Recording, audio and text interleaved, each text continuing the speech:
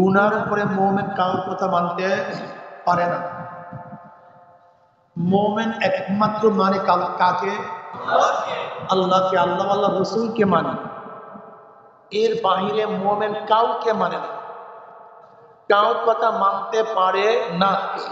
হ্যাঁ, যদি শরিয়াত সম্মত হয়, শরিয়াতের খেলাফ না হয়, উল্টা না হয়, তাহলে মুমিন কথা মানে। কিন্তু যদি শরিয়াতের উল্টা পাল্টা কোনো কথা, হুকুম মাও দেয়, তাহলে মুমিন মায়ের কথা মানে না। যদি সেই আদেশটা শরিয়াতের খেলাফ বাবা করে, তাহলে আমি মুমিন হিসাবে বাবার হুকুম মানতে আশ্চর্য হয়ে গেছেন নাকি? আমি মানতে। স্বামীর কথা মানা স্ত্রীদের জন্য সবচেয়ে বেশি জরুরি। এত জরুরি আর কোনো জিনিস নাই।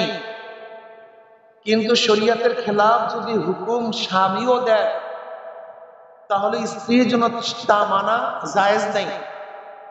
কথাটা বুঝেছে? ঈমানকে মজবুত করো। আসলে আমাদের সমস্যা ঈমানের মধ্যে, আমাদের ভেজালটা ঈমানের মধ্যে। আসলে আমি কে, আমার কাজটা কি, এইটা অনেক মুমিন মুসলমানরাই জানে না। এর মূল কারণ কি জানেন নাকি? আমাদের ঈমান, আমাদের ইসলাম হলো বংশক্রমে। আসলে বুঝিয়া শুনিয়া অনেকেই মুমিনও হই নাই, ইসলামও গ্রহণ করি নাই।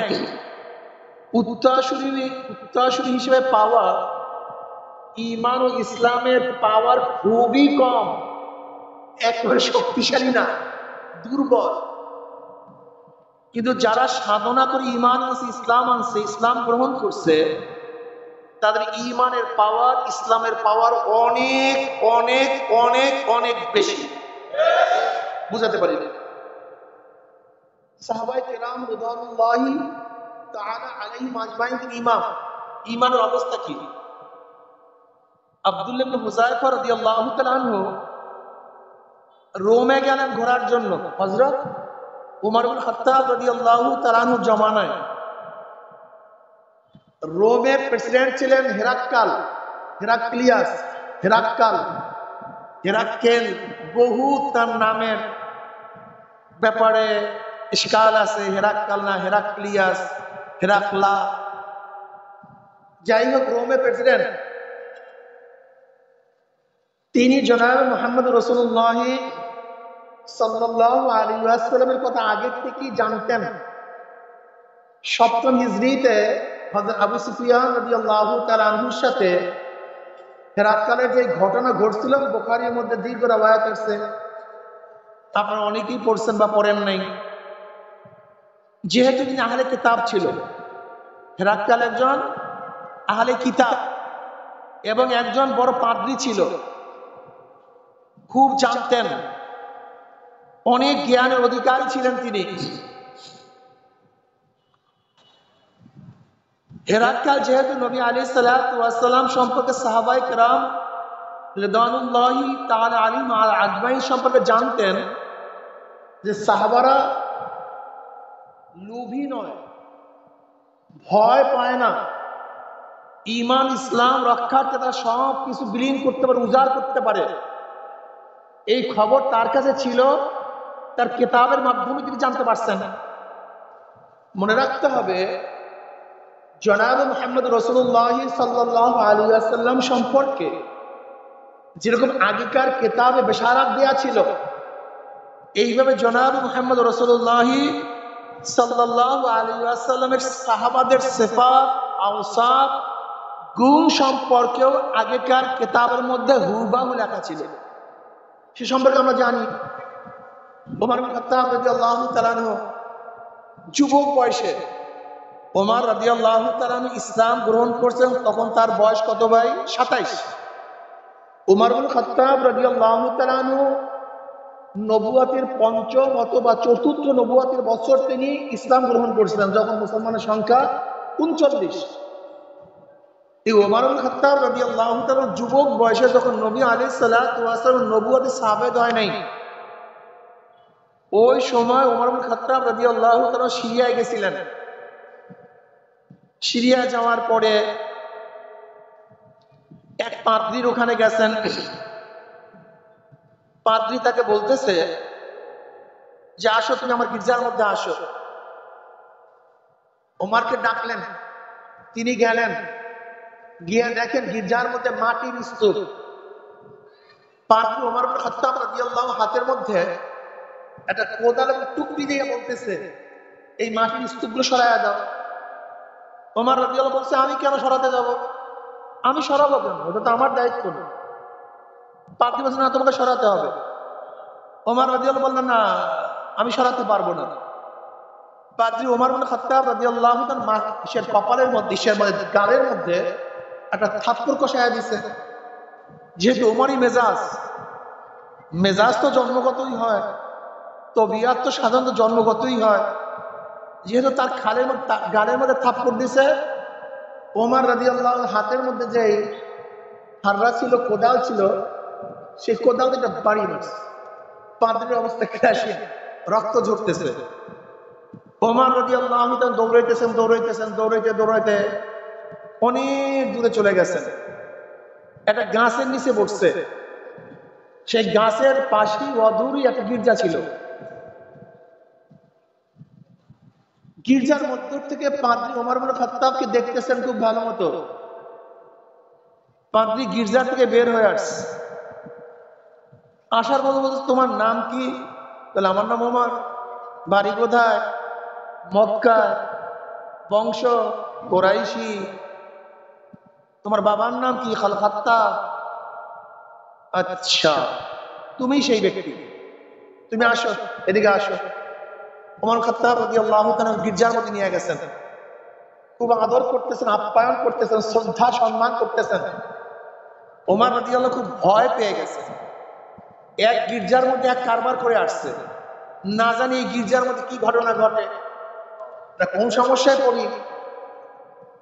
কিন্তু পাদ্রির খেদমত এবং শ্রদ্ধা নিবেদন আর্টিফিশিয়াল ছিল না, এটা প্রকৃতি ছিল।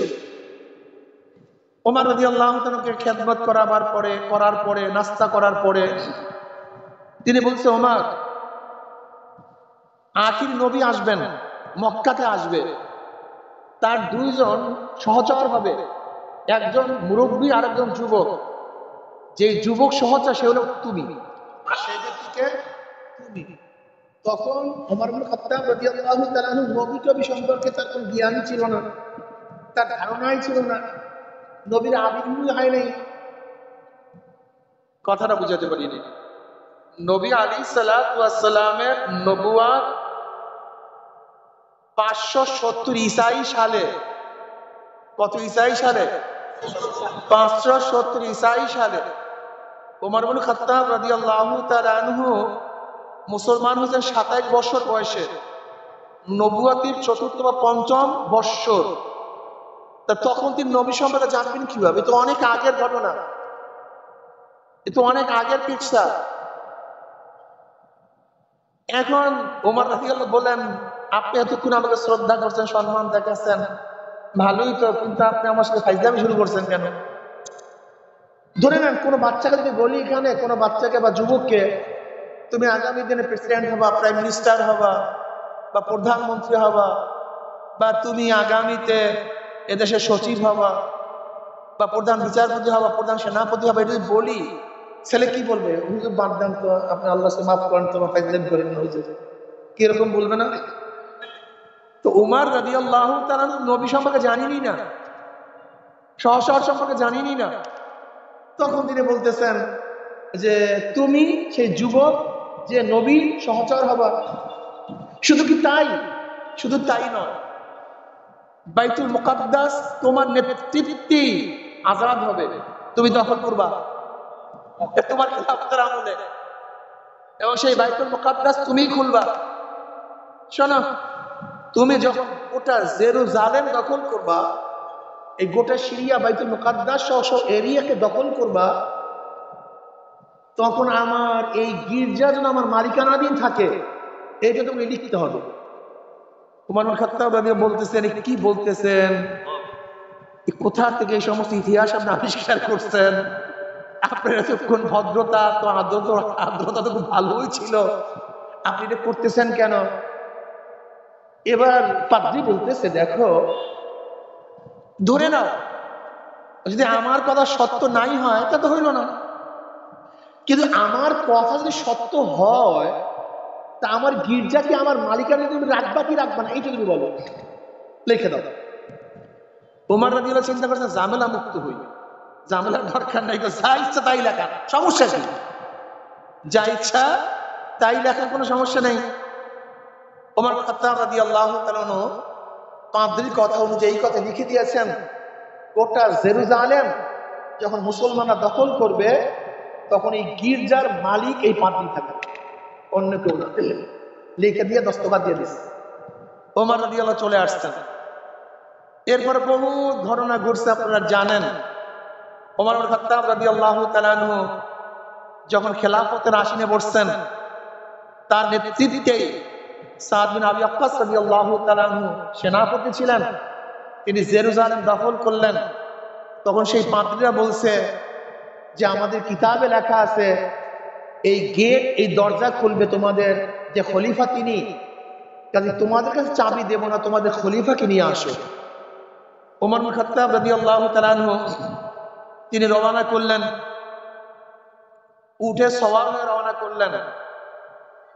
গোলাম রশি টানতেছে ওমর পিঠির উপরে।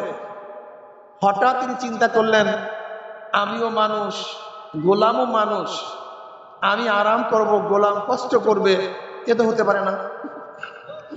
এটা হতে এবার ওমর ইবনে খাত্তাব রাদিয়াল্লাহু তাআলা তার গোলামকে বললেন, গোলাম এবার তুমি পিঠের উপরে ওঠো, তুমি আরাম করো, আমি রশি টানি। গোটা দুনিয়ার মধ্যে ইসলামের খলিফা ব্যতীত এই নজির আর কেউ সৃষ্টি করতে পারে নাই। এর নাম ইসলাম, এর নাম মুসলমান, এর নাম মুসলমানের খেলাফত, এর নাম মুসলমানের বাদশাহী। অথচ এখানে যে মুসলমানরা আছে অধিকাংশ মুসলমানের ইসলাম সম্পর্কে সামান্য পরিমাণ ধারণা নেই, সামান্য। আফসোস এবং দুঃখ এবং কষ্ট, মনে খুবই ব্যথা। ইসলামী ফোবিয়া আমাদের মধ্যে এমন ধোঁকা ঢুকছে, ইসলাম সম্পর্কে পড়াশোনা করা, আলোচনা করা, জানাকে কোনো জ্ঞানী মনে করি না। আফসোসের বিষয়, আমাদের আসিফ নজরুল স্যার, যিনি এখন উপদেষ্টা, আইন উপদেষ্টা, একজন ভদ্র বিশিষ্ট শিক্ষিত লোক, উনিও কয়েকদিন আগে বললেন আমি মাত্র ইসলামী বই আদি পড়াশোনা শুরু করছি। নবীদের জীবনী মাত্র পড়া শুরু করছে। আপনি চিন্তা করতে পারছেন ইসলামী খুবই আমার মধ্যে কেমন ভাবে ঢুকছে বলেন তো? অথচ কোরআনের চেয়ে যৌক্তিক, তাত্ত্বিক, নির্ভুল কোন কিতাবই দুনিয়াতে নাই। এত সাহিত্য সম্পূর্ণ কোন কিতাব দুনিয়াতে নাই। এত বিজ্ঞান ভিত্তিক কোন কিতাব দুনিয়ার মধ্যে নাই। এত দর্শন ভিত্তিক কিতাব কোন দুনিয়ার মধ্যে নাই। এত সাহিত্য ভিত্তিক কিতাব গোটা দুনিয়ার মধ্যে নাই। এত নীতি ও আদর্শবান কিতাব গোটা দুনিয়ার মধ্যে নাই। অথচ সেই কিতাব আমরা চর্চাই করি না, পড়তেও চাই না, পড়াকে গুরুত্বপূর্ণ মনে করি না। অথচ হুমায়ুন আহমদ, হুমায়ুন আজাদের পসা গান্ডা যত বাজে প্রেম কাহিনী পড়তে পারি, কিন্তু আদর্শ কিতাব আমরা পড়তে পারি না। দুঃখ এবং কষ্ট, কপালটা পোড়া, এই জাতির কপাল পোড়া, এই জাতিটা কপাল পোড়া জাতি। যত নভেল, নাটক যার মাধ্যমে চরিত্র একেবারে 12টা না কয়টা বাজে যায় কইতে পারি, 13টা 12টা ভাজায়া শেষ হয়ে যায় চরিত্র, এইগুলি পড়াশোনা করি। কিন্তু যার মাধ্যমে মানুষ মানুষ হয়, সেই মানুষ হওয়ার কিতাবগুলি আমরা পড়িও না, পড়তে চাইও না, মনেও করি না, বরং মনে করি এটা জ্ঞানী না, সাহেল কোথাকার, বিয়াকুব কোথাকার। এবার ওমর ইবনে খাত্তাব রাদিয়াল্লাহু তাআলা রশি টানেন, গোলাম উপরে আছেন, পালাক্রমে একজনে টানেন, একজনে উঠেন, আর একজনে উঠেন, আর একজনে টানেন। আল্লাহর কি গ্রীষ্মা, যখন সিরিয়ার মধ্যে ঢুকবে তখন পালা হলো ওমর ইবনে খাত্তাবের, যিনি খলিফাতুল মুমিনিন, রশি টানার পালা, আর গোলামের উপরে ওঠার পালা। এবার গোলাম বলতেছে, আমিরুল মুমিনিন, সবাই রিসিপশন জানাবার জন্য আসবে, আপনি রশি টানবেন, এটা তো হয় না, এটা বেমানান। এবার আপনি উপরে উঠুন, আমি রশি টানি। বলে, না, পালা তো আমার, আমার পালা তোমাকে দেব কেন? আমাকেই আমার পালা বহন করতে হবে, কাজ করতে হবে, আমি তোমাকে দেব না, আমি রশি টানবো। অথচ আমাদের কেউ যদি একটু ক্ষমতার মালিক হই, সামান্য নিজেকে মানুষই মনে করি, নিজে কি হয়ে গেছে নিজেই জানি না। আশ্চর্য বিষয়, আশ্চর্য বিষয়। একজন মেম্বার, যে জনপ্রতিনিধি, তিনি ওয়াদা করছিলেন জনগণের খেদমত করবেন, কিন্তু মেম্বার হওয়ার পরে দেখা যায় বড় জালেম হয়ে গেছে। একজন চেয়ারম্যান ঘরে ঘরে ঘুরছিলেন ভোট চাওয়ার জন্য, জনগণের খাদেম হবেন, কিন্তু ভোটে হওয়ার পরে বড় বড় জালেম হয়ে গেছে। ওই এমপি মিনিস্টার একই কেস, হুবাহু একই কেস। ভুলে যায় তার ওয়াদা, আমাকে খেদমত করার সুযোগ দিয়ে দেন। কি করার? কি লেখেন না আপনাদের দেশে পোস্টার মনে লেখে না? কি করার সুযোগ দেন ভাই? যে খেদমত করে তাকে আরবিতে কি বলে? জোরে বলেন। যে খেদমত করে আরবিতে তাকে বলে খাদেম। যদি চেয়ারম্যান সাহেব বলে আপনি খাদেম, হ্যাঁ আমাকে খাদেম বললেন, আমাকে খাদেম বললেন, আমাকে অপমান করলেন। অথচ বিয়াকুবি লিখছে খেদমত করার সুযোগ দিয়ে দেন। এই বিয়াকুব লিখছে, জাহেল লিখছে, এই জাহেল লিখছে আমাকে খেদমত করার সুযোগ দিয়ে দেন। কিন্তু যখনই সেই খেদমত যে করে তাকে বলি খাদেম। আমি খাদেম কেন? আমি চেয়ারম্যান সাহেব, আমি এমপি সাহেব। তুই এমপি সাহেব না চেয়ারম্যান সাহেব? তুই জালেম সাহেব, তুমি জালেম সাহেব, তুমি ধর্ষক সাহেব, তুমি চোর সাহেব, তুমি ডাকাত সাহেব, তুমি বদমাশ সাহেব। এগুলো অবস্থা। খেদমত করার সুযোগ দিয়ে সব মিথ্যা, সব মিথ্যা। সত্য বলতে এখন আমরা জানি না।